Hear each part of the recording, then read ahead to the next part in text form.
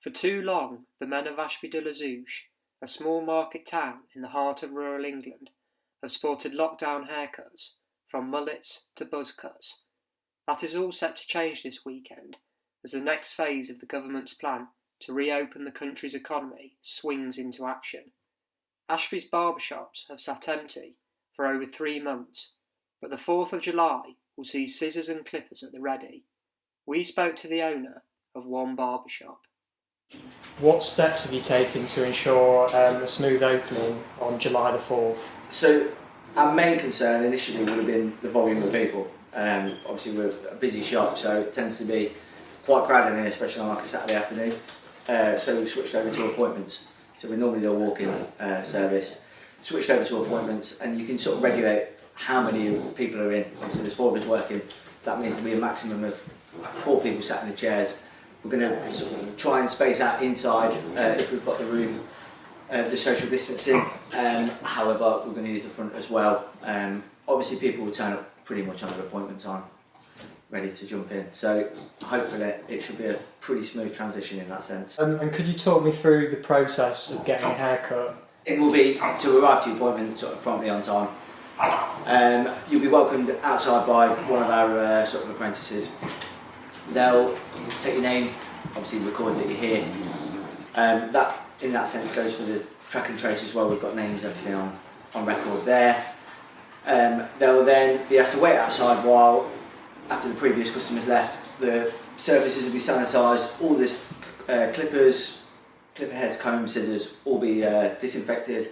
Chairs, anywhere that sort of anyone's come into contact with. We'll have visors on, gloves, potentially masks. The guidelines state we don't have to wear masks under the visors.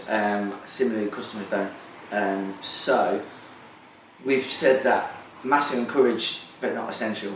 Now, I do a lot of work with sort of autistic and people with sort of additional needs, and a lot of the time they're not going to keep a mask on, if I'm honest, and it's also alien somebody else coming at you with a visor, a mask and everything on. So in that sense, we want to keep it as sort of as relaxed and as comfortable as possible for people, but in the same sense we need to make sure everybody's safe. You know, safety is paramount, and that's the key. There'll be visors, gloves, and in some cases masks. Your haircut will be as usual. Obviously, people will come in with monstrosities and overgrown, so it might take a little bit longer than usual, but we are going to sort of try and keep contact time to a minimum where it's possible. Again, the guidelines have said that you can do beard trimming but no wet shaving, so nothing with a razor. So we'll be working through, mainly it's side to side, so they're saying face-to-face contact is where you're in the high risk area. So we're going to sort of limit that. If we do need to sort of, come around the front and maybe tickle somebody's moustache or around the front, we're all going to obviously sanitise, mask off, visor, mask, visor back on, and just while you're working around that high risk area, just kind of make sure you're doing everything. How difficult has it been to source the PPE? PPE, yeah.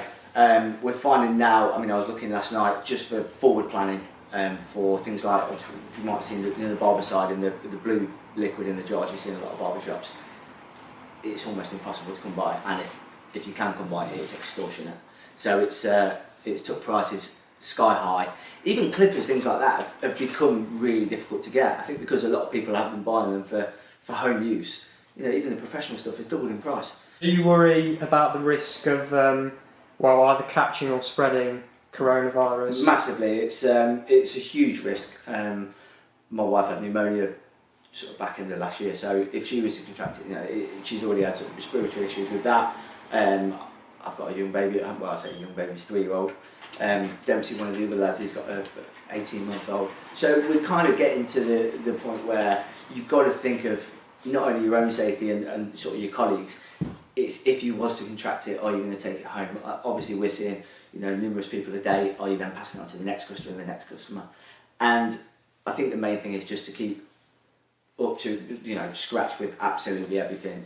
As soon as standards slip, that's when you're going to sort of introduce little, I suppose, ways for it to bring itself in harvest within the shop. For this owner, balancing the risks of coronavirus and providing a safe haircut is not easy, no doubt other barbers will face the same difficulties on July the 4th.